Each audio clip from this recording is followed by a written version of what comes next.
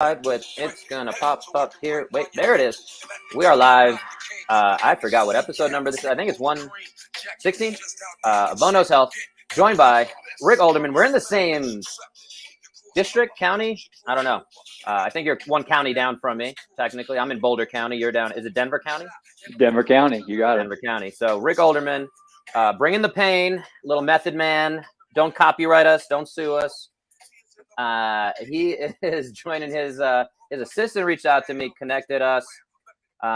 So we are joined. I'm going to turn that music off and tell us how you're doing all the way down in Denver. I'm up in Superior, so we're about probably 35 minutes away from each other. But yeah, how's the weather down there? Is it different? It can be very different for anyone not familiar with Colorado. No, it's been nice, and I'm just glad that the 90s temperatures are gone.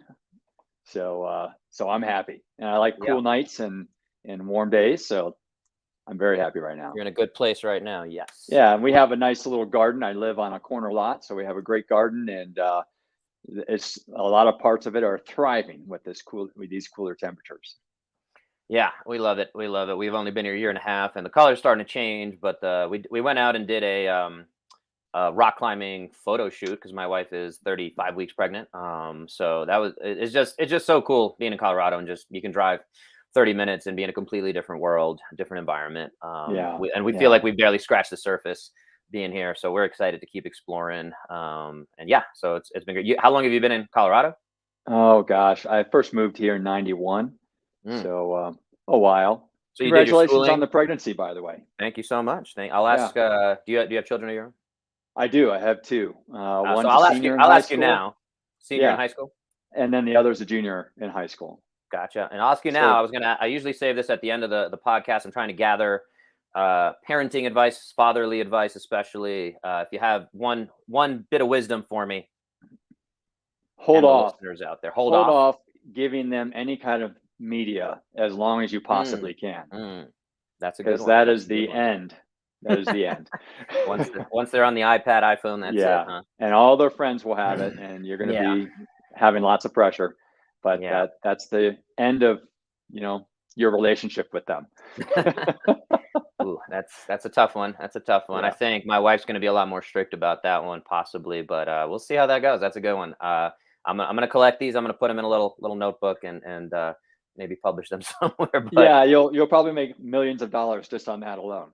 Yeah. There you go.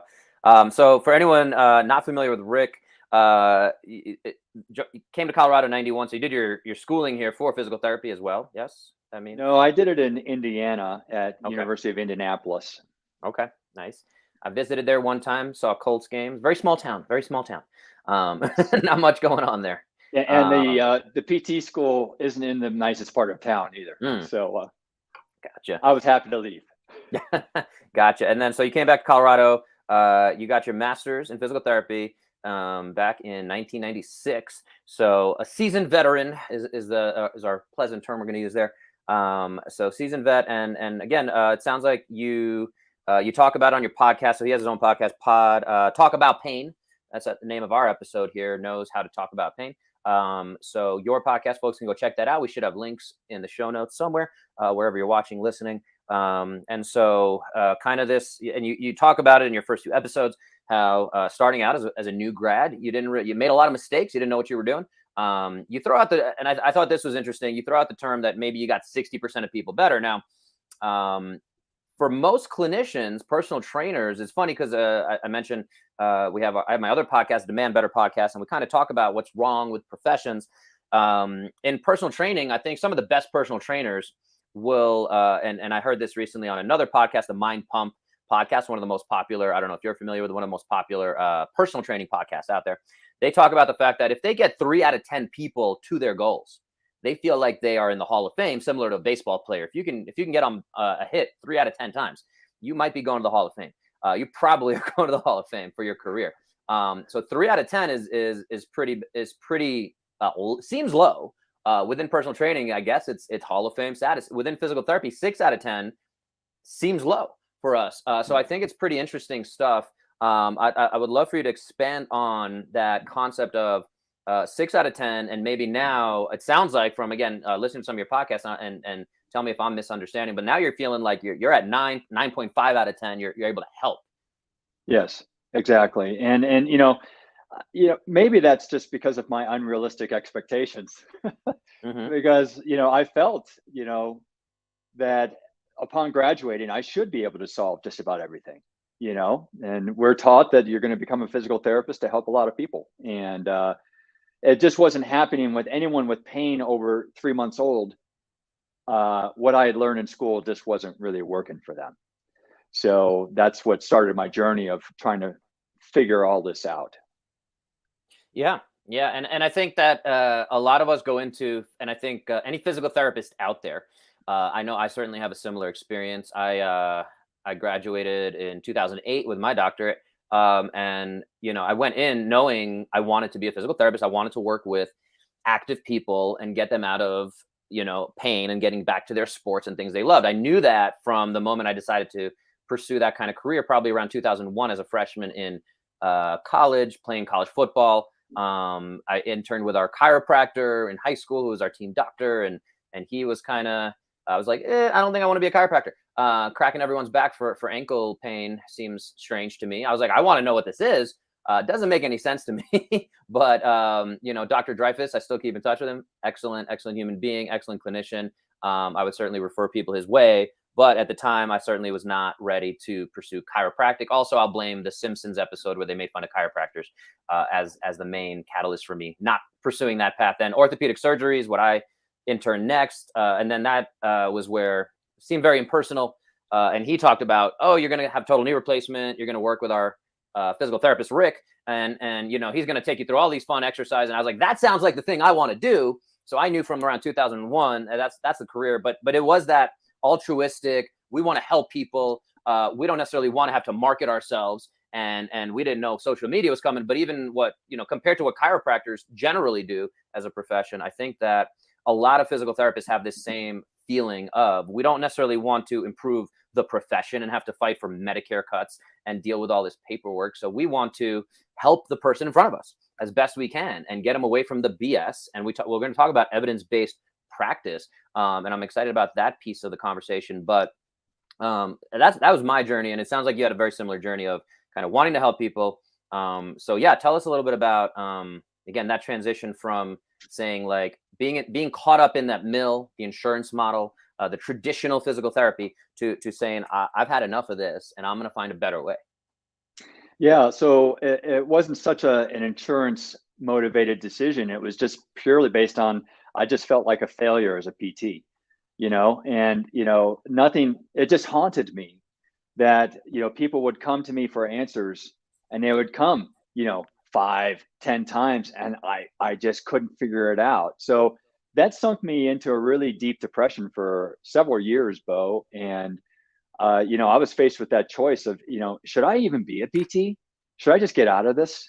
And, I'd spent all that money and time studying. I really felt like this is what I wanted to be doing with my life. So I just decided, but there's this hubris aspect of it too, that look, people far smarter than me have been a PT for decades. And, how can I assume that I could figure something out that these really intelligent people didn't? And what I learned was, it's not so much that they couldn't figure it out, it's that that's not what they were focused on. They weren't focused on understanding the whys behind pain. A lot of researchers are focused on generating research. Mm-hmm. And there's no body in medicine that puts that research back into the big picture of how we function. And that's what I think is missing from our schools.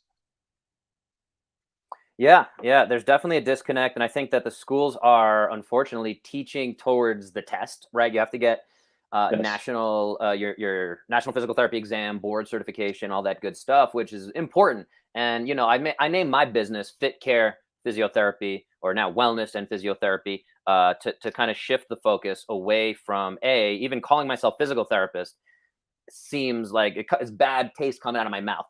Like my original name, Eugene, I hate that name. Same thing. I'm used to running away from those things, because physical therapy, you say to someone and they have this quick association of hot packs, e-stim, maybe a little bit of massage. Absolutely. One of my other favorite podcasts, Shameless, with Will Arnett and Sean Hayes, and Jason Bateman. You mean Smartless? Smartless? What did I say? Yes, Shameless. Shameless. That was a TV show on Netflix. Sorry, That yes, might have been a Freudian slip of some sort. Maybe Shameless is definitely something on my mind when we're talking about all these models for sure. Of what's wrong with our professions and healthcare in general. So yeah, but they talk about recently, going to see their physical therapist and like, oh, you get an hour massage like that. That's the in the popular culture, that's the vision and that's the view of our profession, unfortunately. Again, it's always frustrating to me. I've been involved with the American Physical Therapy Association many times, and it's always coming back to like, we're not doing service to what we can do, to what we should be doing. And you had Shirley Sarman on, and we talked about it before the call. She's one of the heroes, the living legends of our profession, not just because of her systems that she's kind of pushed the movement impairments, but also I think the concept of pushing the profession forward. And it is that kind of, you alluded to it, like, why haven't you certified your system, Shirley? And she's like, I'm here to help people. Like, she doesn't want to play the game. We just did an episode on the Demand Better podcast, my other podcast, about influencers. And again, so many people can have a bigger, louder voice without necessarily having more credentials. And some of the best people to listen to are the folks who aren't playing those games, like Shirley Sarman, who is like everyone. And you alluded to it on your show, in your episode. And I think every physical therapist who hasn't dug into her work should go listen to that episode. I would love for you to connect me with her. I'm going to ask for that now. If I don't know how you got connected with her. I think you've taken a course with her, or you had a connection with her that way? I've taken all of her courses. I've read her textbook. She has 2 textbooks. One has been translated in 7 languages. I've read through those several times. And then also I based all of my books off of her movement impairment biomechanics that she teaches. And so the last time I was at her course, I brought a copy of my books with me. And I was so nervous, because I wanted to present these to her and say, look, I wrote these for lay people. It's your information translated into lay people's lingo. And I was really nervous. And she was just really, surprised and happy that I did something like that. She's just been so open and has such a great personality. So that was my, I spent a couple of years taking all of her courses, and I'll tell you, it transformed my thinking and for the better. And this is one of the things that came up with in those courses. I made a friend with one of the PTs who was taking that. And at the last course, we ran into each other again. And I said, hey, how's this information working for you? And he says, I might use it as a home exercise program or something like that. I said, oh, this is really solving chronic pain, though. And his comment to me was, yeah, but I'm a manual therapist. So, this isn't what I do. And that's when I realized that we as medical practitioners have a belief system that is filtering out information, so that we are not receiving information that could be helpful for our patients. But because we choose to be one way or another, we're not seeing that information, the value of that. And so we're automatically filtering it out. It doesn't belong in our belief system. And this happens with medicine, law, almost every career. But that was the moment I decided to write my books, because I felt like this is such valuable information and it's so useful and helpful. I need to do an end around all these practitioners who just refuse to even look at this information. And so I went directly to the people. Yeah, that's kind of, unfortunately, I think what needs to happen. And that's what I was starting to say before I talked about Shameless Smartless.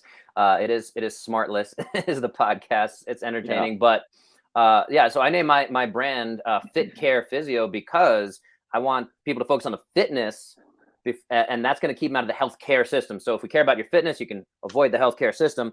So again, it sounds like there's a lot of parallels, and I'm pretty sure that's why we are here today connecting, because we have a similar mindset, and we're seeing where we can diverge those roads, bridge that gap. And I believe it was Shirley Sarman, along with Marilyn Moffitt, one of the other great leaders in our profession, who really pushed at the APTA, getting us to do an annual movement screen. Because at the end of the day, I think a lot of what you're talking about, and to oversimplify your system, and correct me if I'm wrong, but if you're moving poorly, you're going to lead to pain. If you're in pain, you're probably moving poorly. It's not really chicken egg necessarily. It's not correct. What happened first. It's kind of both. We need the chicken and the egg. And so I know when I assess folks, A, I'm looking at everyone's breathing, which is sorely missing in our profession. Hmm. B, I'm talking about nutrition and sleep and all these other lifestyle things. And I know you have a few episodes on your podcast with some functional medicine practitioners and things like that, which is phenomenal. And I'm excited to dive into some of those episodes as well. But the other thing I do is I give someone a movement score and I say, hey, no one's ever taught you to hinge properly. And I work with a lot of CrossFitters and they're doing deadlifts and kettlebell swings. Hmm. And Yeah. while it's great and they get some results, they end up in a lot of pain commonly because they're just not foundationally moving the way they should. And that's not CrossFit's fault per se. Right. And I don't want to sit here and defend CrossFit or Greg Glassman, who's said a lot of things that probably don't deserve defending on a on a different scale. But at the end of the day, I give someone a movement score, and I'd love to hear how, again, the fixing you method you want to talk about. That's your method. I don't know if you have it copyrighted, trademark, but it still will give you credit. I'm not here Hmm. to steal it by any means, but I'm very curious for you to dive in, explain your method as best you can, and I'm excited to learn more. And I'd love to connect in person and maybe talk more since we're so close to each other Oh, in I'd some love to. capacity there. But Absolutely. tell us here today what you got with the fixing you method. Yeah. So what I've realized, the reason that I couldn't help people with more chronic issues is because of how we're taught in medicine is to look at components of the body. Like, oh, you've got elbow pain, let's look at that elbow. You got shoulder pain, let's look at the shoulder. Same with back pain or any other pain. And so what we're taught in school, and I'm finding this with my interviews with chiropractors and so forth too, is that this is how they're taught also, is that we're good at drilling down and understanding we have a million tests to determine which tissue is torn, stressed, whatever. Mm-hmm. And you can find all those tests on YouTube, but there's no test to say why. Why is that tissue torn?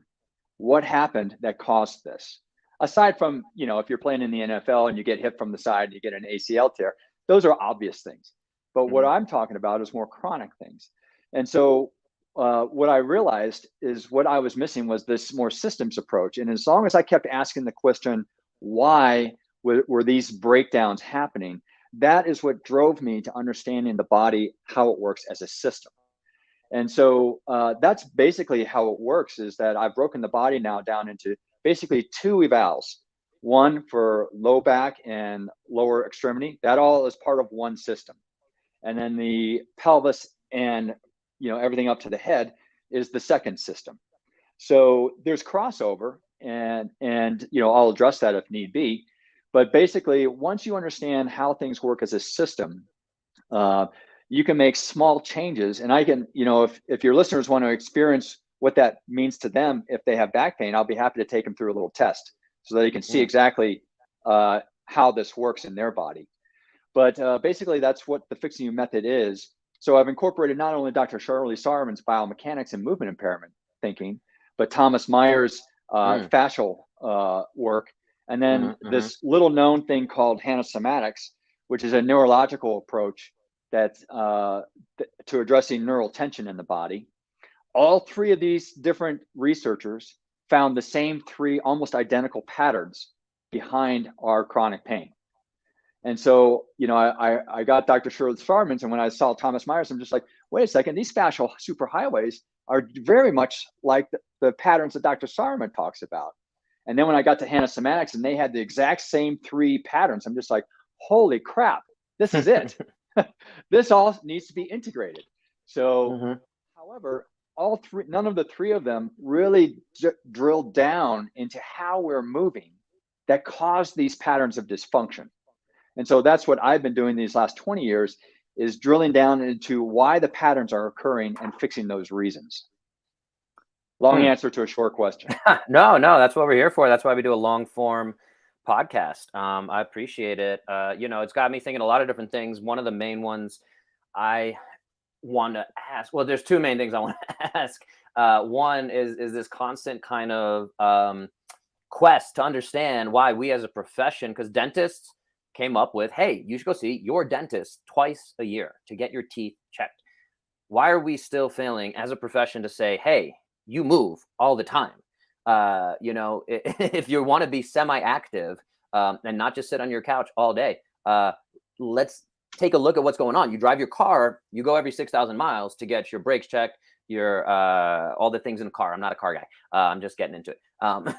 So I'm a New Yorker. We didn't have a car for a very long time. I just took the subway. So your dog, you take your dog to your vet.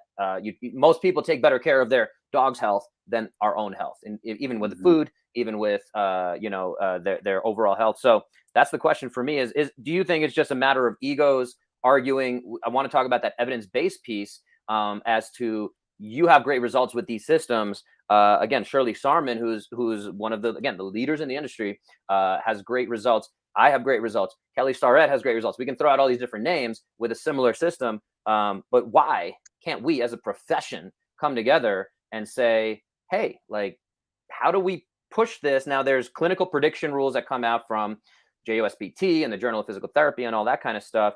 And research is hard, folks, for anyone out there listening. It's difficult to do. It's difficult to put together. It takes a lot of time, money, energy. It takes a lot for us to say, for every low back pain person who shows up like this and has these symptoms and has this going on, you should do X. Now, one of the more famous versions in physical therapy is the McKenzie method, a different method of assessing and then treating low back pain, neck pain, all that good kind of stuff. And they have kind of a movement-based approach. Now, that begs the question is like that was kind of just, I think, informally one of the most popular systems within our profession, but far from perfect, better than not having a system, perhaps. So again, you clearly felt that it wasn't the system to fix everything. And so I'd like to get your thoughts on that, of like, where is the disconnect? Is there any hope for us as a profession coming together and saying, like, every human should get assessed for a movement pattern pathology that we all kind of have, just like we do with our cars? And you might be perfect. We might give you a perfect score. There's been the FMS, which comes out and looks at some movement patterns. It's far from perfect. They tried to say they're predicting injury. They're much more of an athletic type of screen, if you want to call it that. And then they've got a whole lot of stuff in that system. So I've rambled long enough. I want to let you speak. So I don't know if there was a direct question in there that you can take, but I'm sure you got a lot to say on something in there. Well, I feel that one of the reasons we don't have a unified voice is because I believe our profession is moving towards component thinking more. So the wrong direction. I believe so. Yeah. We are following more of a chiropractic model now of manipulations and so forth to solve pain, and that is component thinking. And while that works well in acute situations, it's not going to solve pain on a long-term basis. And so, most of the courses in PT, well, I won't say most, there's now an emphasis on learning how to manipulate in PT school. But I can almost guarantee you there's no emphasis on systems approach in PT school anymore. And so I feel like the therapists are being trained towards this component thinking paradigm, but to the detriment of systems approaching, right? And so this is why we can't come together and have a unified voice, is because the whole emphasis is going towards this manual therapy approach as opposed to understanding movement. Well, how can we have a unified voice if our whole profession is moving in this direction, which I think is not the correct direction? Yeah, it's interesting because I've tried to at least observe these debates that happen on Twitter and Facebook about the profession and these concepts of movement problems. And I think that, again, as a profession, when I was a student, I took every course I could. Whatever I could afford. I got student discounts. I didn't need continuing education classes, but I wanted to know, and I wanted to jump ahead in my career of, like, what should I do? Should I do McKenzie? Should I do this IPA, Institute of Physical Arts? I took as many courses I could. St. Augustine had a bunch of courses. There was the Michigan State School of Thinking, osteopractors, and all this different stuff. So it became like a lot of these courses would be like, well, your left hip is 1 degree rotated down and your right hip is this. And it just from the get-go to me sounded like, and I don't want to call it BS, but I'm going to go ahead and say it just sounded like that doesn't vibe with what seems like we're going to put them back in place. It felt like you're talking about a very chiropractic, like, hey, your right leg is a little bit longer than your left. Let's pop it back in, go on your way. And you're never addressing the root cause. And so it always felt, which is the why. Mm-hmm. It always felt like there was a disconnect there. And so now those debates online within physical therapy, I've seen it shift a little bit too, not necessarily which manual therapy is the best, but it seems to be manual therapy versus get strong, and just get everything strong. And so, and the Adam Meekins, if you're familiar with him, the UK-based physio in the NHS, and he says, I'll give him credit for it. I don't think it's really his quote, but I know he's one of the more loudest voices, if you will, of if you can't go wrong getting strong. And that's not necessarily to say, again, that quality of movement. I do think it comes back to, it's hard to figure out how to get people to move better or to agree on how are we going to cue a proper hip hinge. And at the end of the day, when you really break it down, you talk to a good strength and conditioning coach. And I have found being in that fitness space has helped me significantly in my physical therapy space. And to combine that, bridge that gap of, hey, if you can do this hinge and push your hips back and understand how to unlock your knees and do this, and focus on these cues and have mastery of that movement. And this is where, like, people ask me about Pilates, yoga, all these kind of allied, whatever you want to call it, practices. I do think there's a lot there, but again, very few people putting all the pieces together and getting the human in front of them to be empowered and say, oh, it clicks and I now understand. So again, I don't know that there was a question in there, but I feel like you've got some things to say. Well, yeah, there's a lot to unpack there, but you know, what I've decided as a physical therapist, I became a physical therapist not to change my profession. Became a physical therapist to help people, and that continues to be my focus. So while all of these people are maybe arguing and getting their egos involved with all of these different approaches and so forth, my focus continues to be on helping people with chronic pain. And as long as I'm doing that, I'm happy as a PT. I don't need to wade into all of these discussions. I know what's working. And, you know, it would be nice if other PTs saw it my way, because I think it would really help their patients quite a bit. But it's not from an ego standpoint, like my way is the best way kind of thing. It's just, hey, this works. It helps patients. That's why I became a PT, not to become a researcher or, you know, a YouTube star. Yeah. Which unfortunately that is kind of the ones that get the most views. And I don't know if you've seen Bob and Brad on the internet there. And I'd say, I don't know how you feel about their content specifically, but they seem to be, you know, they jokingly say they're the most famous physical therapists on the internet in their intro. And the numbers are kind of there to support it. I think they have over 4 million followers on YouTube, and they're just two older guys, you know, gray haired and kind of silly sense of humor, very, very what I would consider old school PTs. And they just talk about, here's low back pain. Here's 3 things you should know. Maybe this will help you. They're not pushing anything too crazy. I think a lot of their success comes from that kind of lack of pushy idea. I think there's a lot of people out there looking for answers. So that there are. Mm-hmm. And this is the beauty of Bob and Brad is, you know, when you talk to a PT, we love to throw out all these complicated medical terms and show how smart we are. Look at this nerve that I know and exactly how it runs and all this kind of, you know, all this stuff that really, you know, is just like, it doesn't matter to patients. Patients just want to know, what do I need to do to get better? And so Bob and Brad have kind of distilled their information down to make it entertaining. They're not trying to talk over people, you know, and they're not trying to show people how smart they are. They're just there to help people. And that's why they're successful. And they do it in an entertaining way. So while the information does seem basic, that's where people are. So they're meeting their customers where they need to be.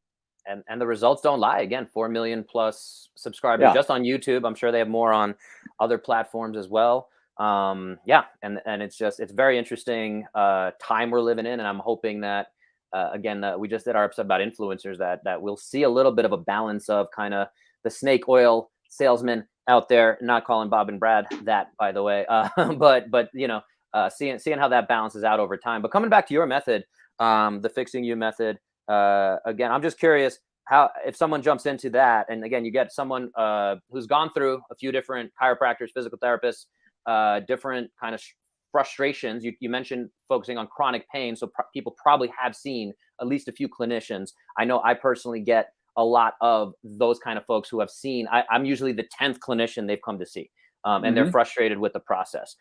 Sure.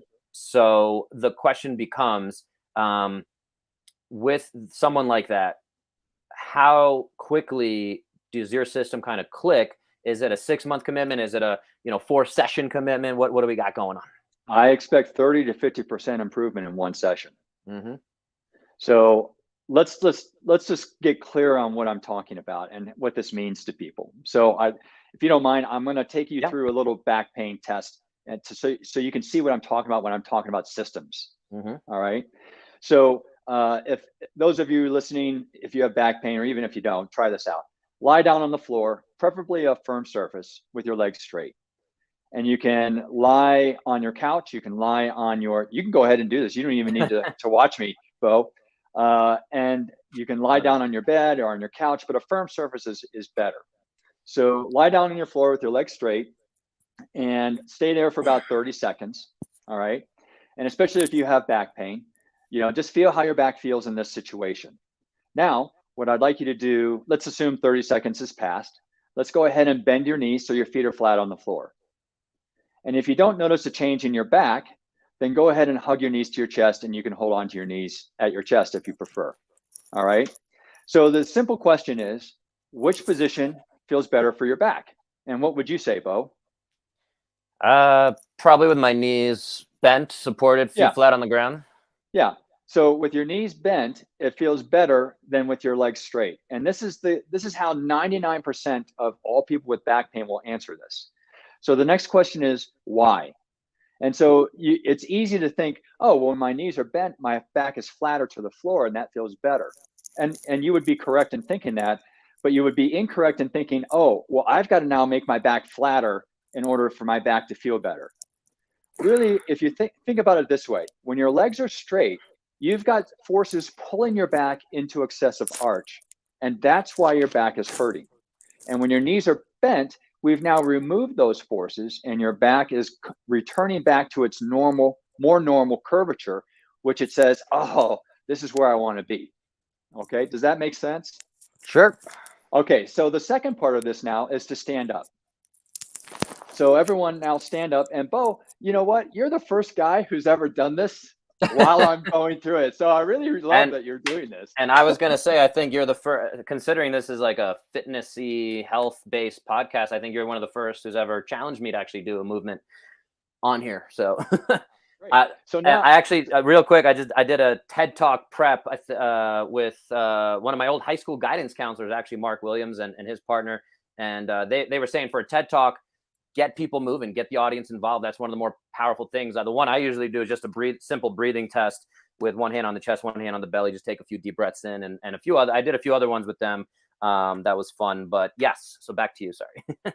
Yeah. So getting people moving, because folks, if you're not doing this test and just listening to what Bo and I are talking about, then you're not going to feel the truth in your body. And this is why I have people go through movement, is because that is where you get to feel the reality of your body. And so please do this. Don't just listen. All right. So what we're going to do now, Bo, I think you're standing, right, Bo? Yes, I always stand. I'm standing too. And so what most people will notice after they've stood for about a minute or two is that their knees start to lock backwards. Okay. So go ahead and notice whether your knees are locking backwards. And even if they aren't, go ahead and lock your knees backwards. And you'll feel whatever your back feels like in this position. All right, get a sense of that. And now unlock your knees just slightly. You don't have to go into a squat, but just don't lock them backwards anymore. And now feel what your back feels like in this position. Okay, now if you're not sure if there's a difference, go ahead and lock your knees one more time. And you'll definitely feel that your back is arching more when your knees are locked. Okay, can you feel that, Bo? When you unlock the knees, there's pretty less subtle. arch. It's pretty subtle for me because I'm actually a bit hypermobile. And I do a lot of gymnastic-y type stuff. So I'm very cognizant of a lot of the stuff we're talking about, especially within my own movement practice. So I did want to ask that if I can interrupt real quick somebody who has Ehlers-Danlos syndrome or hypermobility. And they're just, I know a lot of, I have a patient I was just texting right before we got on here, who's a former ballerina and has some hip and pain in the back. And she's just so comfortable being in that locked out position. Correct. So obviously, so again, this is especially useful for them. Okay. So now that we've locked your knees again, and you feel that your back is now arching more with your knees locked than when your knees are unlocked. Okay. So what is this telling us? Well, it's telling us we learned on the floor that your back feels better when your knees are bent, because we're removing forces that are pulling your back into an arch. Now we found that when you stand, if you're standing for more than a minute or two, you tend to lock your knees backwards, which then creates more of an arch in your back. So locking your knees while standing is one of those habits that you have that's perpetuating your back pain. And if you can simply start to unlock your knees when you stand and walk, then that will remove, if you're taking 10,000 steps a day, that'll remove 10,000 little hammers to your low back. And so that's what I mean by systems thinking is not only that you have an arched back, but what are the things that you're doing that's causing that back to arch more? And this happens in all sorts of things that you do during the day that are in your brain's mind. It's a normal way of standing. Locking your knees is normal, right? Your brain doesn't know that that is causing pain. Only until you unlock your knees and feel this test and then realize, oh my gosh, this is something that is caused my back to arch, and my back did hurt more when it was arched. Maybe I shouldn't be locking my knees during the day. Then your brain gets it and you can start changing that habit. I've solved tons of back pain just by getting people to start unlocking their knees when they're standing and walking. It's really a simple solution. And that's the beauty of systems thinking, is that a small change can have huge ripple effects throughout the body like this. Who would ever think that locking the knees or unlocking the knees would ever matter for back pain? It's huge. So that's what I mean. And so to go to your question about Ehlers-Danlos or ballerinas and things like that, you're right. They're absolutely hypermobile. And so they will lock their knees backwards even more, right? And so their back will arch even more. And so, and I mean, we can all picture gymnasts and ballerinas and dancers as having this excessive curve in their back, right? Their butt is sticking out, their back is really arched. I guarantee you, just about every one of those people will answer that initial test that their back feels so much better when their knees are bent.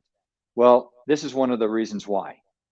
Yeah, and it echoes one of my absolute most important analogies I give to almost everyone I see with back pain, with knee pain, with hip pain, is this regional interdependence. Is again that fancy term you say that we physical therapists like to throw out there. We like to make it more complicated than it is. But at the end of the day, the analogy I give most folks, and once they understand this concept, it seems to be a huge change, game changer, is that fact that where the pain is, and I think this is a quote from Ida Rolf of Rolfing fame, if for folks that know, is where you think it is, it ain't.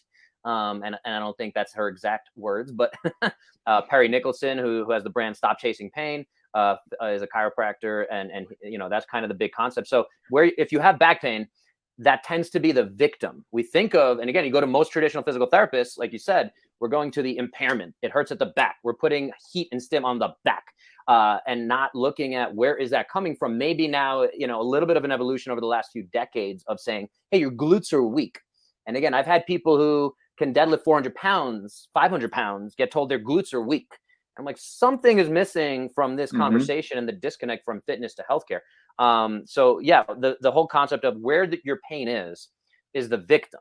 And we need to find the criminal. We don't need to find the victim. And again, the same thing with knee pain, is I say 99% of knee pain is coming from above the hip or below at the foot, ankle complex. So it sounds like, again, we're kind of on the same page. I did want to ask you, similar to as you're talking this kind of assessment, how do you feel, and are you familiar, I assume, with Stuart McGill, a little bit of his spine kind of philosophy? Are you in agreement with a lot of his stuff, or are there some disconnects there? Before I get into that, I just wanted to, I want to go back to something you said at the very beginning of our podcast, that the systems thinking plays into, is that tighter, weak muscles or movement and pain, and it all goes together. So if you are standing with your knees locked then that is causing certain muscles to become tight or weak. And so that then perpetuates the pattern that is causing your pain. So you can't only just decide to unlock your knees to solve your pain. You have to correct the tightness or weakness that you've created in your body because you've been locking your knees. So that's why my approach is a blend of this solving tight or weak muscles and solving the habits that are perpetuating those, but that those are also perpetuating. Right. So is it a little bit of Yanda systems thinking? Is there a play of Yanda for anyone not familiar? We have the upper cross syndrome and then lower cross syndrome. Kind of, again, certain muscles are tight, certain muscles. And so I think, I hear your reaction already. I'm going to jump on the fact that most folks have come to, and Yanda is from many decades ago. I forget the exact timeline. I want to say 50s, 60s, maybe even before then. But yeah, it's been around for a long time. And again, I took one of his courses. He was the teacher. So wow, yeah. I would say my most classic course I took was Mulligan. I got to see him speak very briefly. Yeah, me too. He was with Kevin Wilk. He was much older, unfortunately, but still very lively fella. But so to answer your question about McGill and all of these people, they all have kernels of truth, and I can't denounce a whole method of thinking, but in my opinion, they haven't been complete. And so I don't want to sound like I have this huge ego or anything, but I really feel that this approach is consistent across all types of patients, all age groups, and whatever you find in the clinic. I've tested it out in my own clinic for 10 years, and I've trained all my therapists to do it too, and they get the same results I do, and it transforms their practice. And so, all Yanda, Sarman, McGill, McKenzie, everyone has kernels of truth to their thing. But my problem was just going down one of those roads wasn't enough for my patients. Right. So it's not so much what I think, it's what was helping my patients that is the driver of what I've figured out. And now I don't have patients that are coming back to me for more questions because we're solving everything. And thankfully, I was so much a failure as a PT early on in my career. I really didn't have an allegiance to any particular approach. Really, where the rubber meets the road is it solving pain? If it isn't, it has no place in my approach. And that's the bottom line. So. Gotcha. Yeah. So not to keep picking on the individual folks and their methodologies, but you're almost the opposite of stop chasing pain. You're saying, let's chase the pain, but make sure we really knock that sucker out. I'm sorry people are having back pain, but that's certainly not where I'm going to look for the solution. Right. But and I think at the end of the day, it is a combination of all those things. And I do want to come back to the whole professions, physical therapy, chiropractic kind of concept. It seems, and I don't know enough about the history of chiropractic, but it seems they never got into these like, oh, we have 20 different methods that we need to follow, even when it just comes to the really big basic concept of orthopedics. Let's just focus on that, because again, the physical therapy profession goes into geriatrics, pediatrics, oncology, all these different aspects that also dilutes our messaging even further. But at the end of the day, I think that's my observation. I do think that's somewhere where that big concept for me is something I keep wanting to solve. I appreciate that you don't necessarily want to change the profession. And I totally understand that. And at the end of the day, I think that is where we can still have our practice, make impact, do the things, keep finding what works and what doesn't work. That's the practice part of it, right? If Dr. Sarman can't change the profession, how in the world am I going to change the profession? Well, so the argument is you get involved with the APTA and you get in the political system, and then you make movements and changes. And the answer, people would have done that years ago, right? I'm not stupid enough and going to waste my time enough to try and change a profession. I'm just trying to take care of my little corner of the world. Yeah. And that's what I've been doing for the last 2.5 decades. And now I'm ready.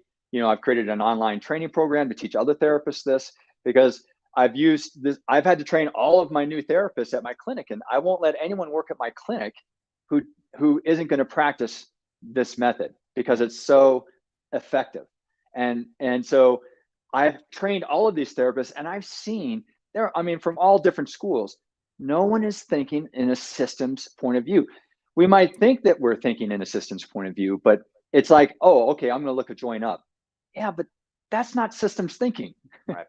You might think that that's what it is, but that's not really what it is. Looking a joint or two away, Yeah. Yeah. And even unfortunately, again, one of my favorite quotes from a book called Upstream by, I believe, Dan Heath, is every system is perfectly designed to get the results it gets. And unfortunately, our healthcare system is designed to do this kind of thinking. And the majority of folks are going through their insurance, which is understandable. And it's the system we're in. And again, there is a little bit of growth of clinicians like you and cash-based clinicians like myself who are pushing the envelope in our little corners of the world. But at the same time, the system, and this is where I want to keep getting this message out to consumers of healthcare out there, is the system is not designed. And again, you can't go to an insurance company and say, hey, this person has back pain, I'm helping them unlock their knees. Like it's very hard to justify that to an insurance company. I've literally had to argue with insurance companies. I bought $1,000 handheld dynamometer, and what the insurance company wants to do is say, hey, Rick, what grade is this person's shoulder abduction? And you're going to say it's a 4 out of 5. And I'm going to say it's a 4+ out of 5.